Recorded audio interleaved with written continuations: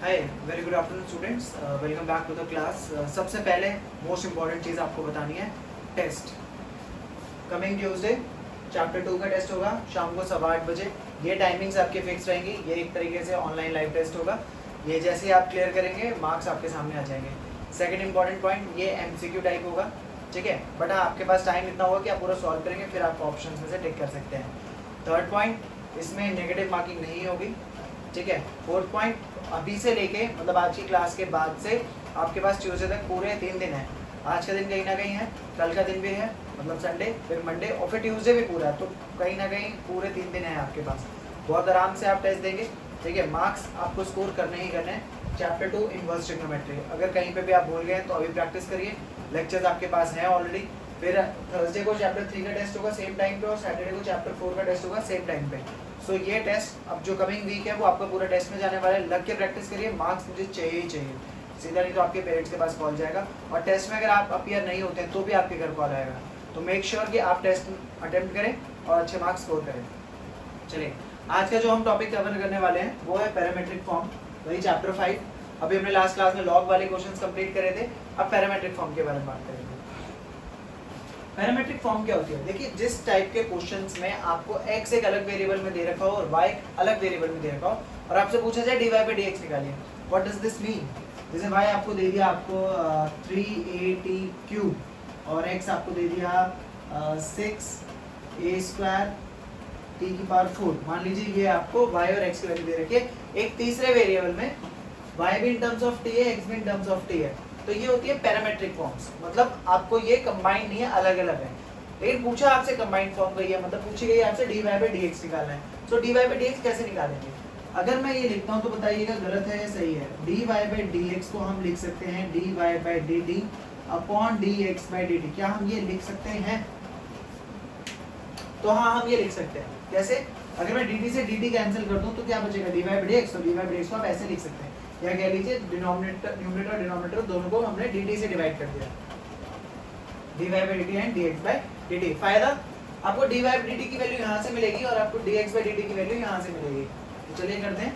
Differentiating with respect to t, dy by dt comes out to be, तो ये constant t³ का 3t² and dx by dt comes out to be 6a² constant t⁴ का 4t³ आपको निकालना आता है।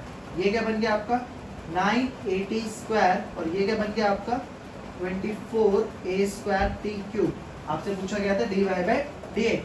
सो dy by dx is equals to dy by dt जो कि है 9at² upon dx by dt जो कि है 24a² t³। तो एक a से एक a कैंसिल, t² से t³ का से ये रह गया और ये 3 और ये 8। आपके पास आंसर क्या आ गया? 3 8 ये आपका dy by dx। एक बार इसको देख लीजिए, थोड़े से क्वेश्चन सॉर्ट आउट कर लेता हूँ आपके लिए बढ़िया से।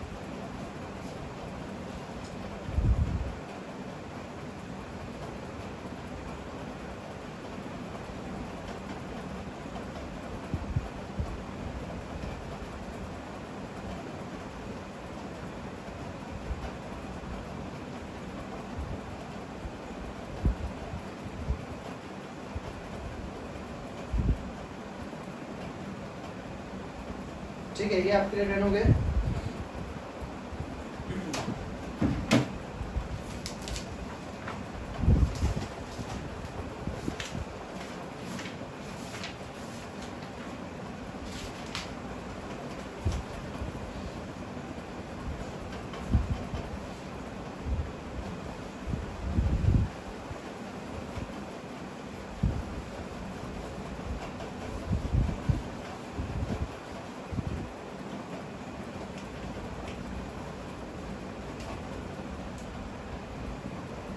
देखिए क्वेश्चन लेते हैं।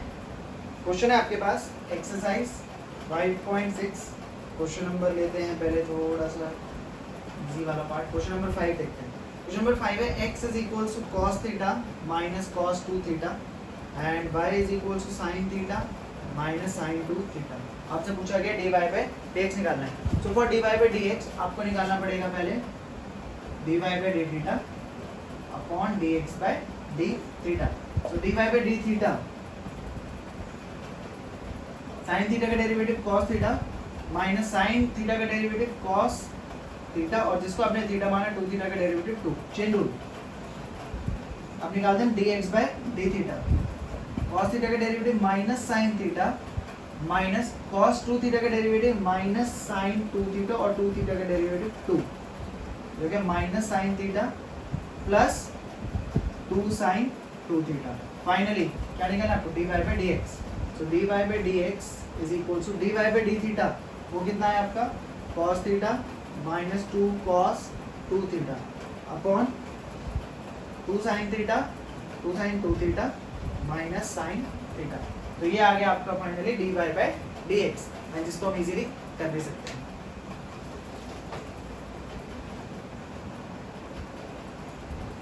एक प्यारा सा क्वेश्चन देखेंगे, थोड़ा सा लेंथी है लेकिन बहुत इंटरेस्टिंग है।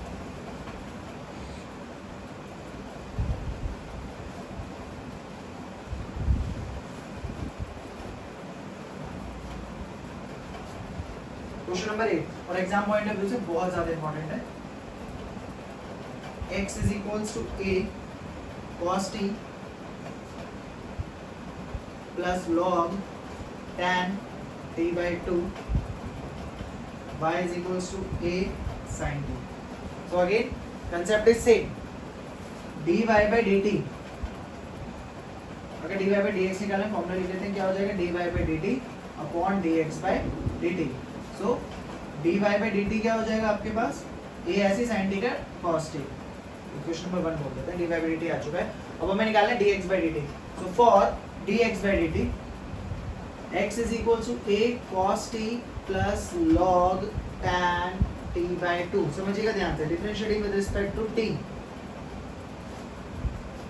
dx by dt is equals to a ऐसे cos t का derivative minus sin t plus log, इसको आपने मान लिया u, log u का derivative 1 by u tan t by 2।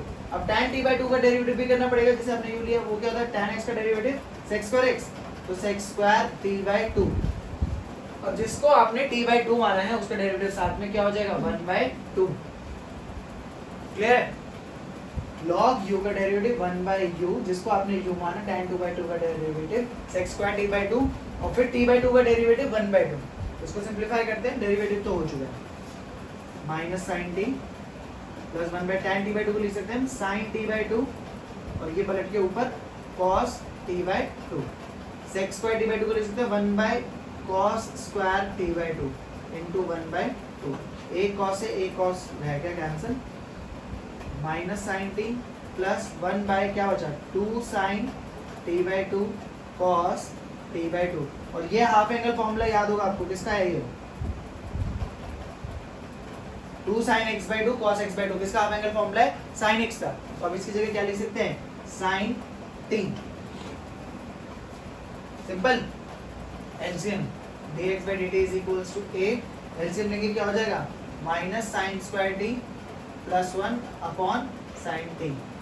1 minus sin square t trigonometry क्या होती है cos square t, तो cos square t upon sin t, ये आ गया आपका फाइनल dx by dt। इसको बोलते हैं equation number 2। Equation number 1 dy by dt और वो क्या है dx by dt। So dy by dx is equals to dy by dt कितना है a cos t upon dx by dt कितना है a cos square t, और नीचे वाला sin t पलट के ऊपर। सो a से a कैंसिल हो गया, a cos कैंसिल हो गया, sin t upon cos t क्या रहेगा आंसर आपका tan t, ये हो गया आपका dy by dx। बहुत प्यारा क्वेश्चन, बहुत इंपॉर्टेंट क्वेश्चन, 4 नंबर में बनता ही बनता है और एग्जाम पॉइंट ऑफ व्यू से भी बहुत ज्यादा इंपॉर्टेंट है। आज की क्लास में टॉपिक हमें सिर्फ यही पढ़ना था, ठीक है। जो होमवर्क आपको करना है एक्सरसाइज 5.6 कंप्लीट करनी है, डिनर ओके।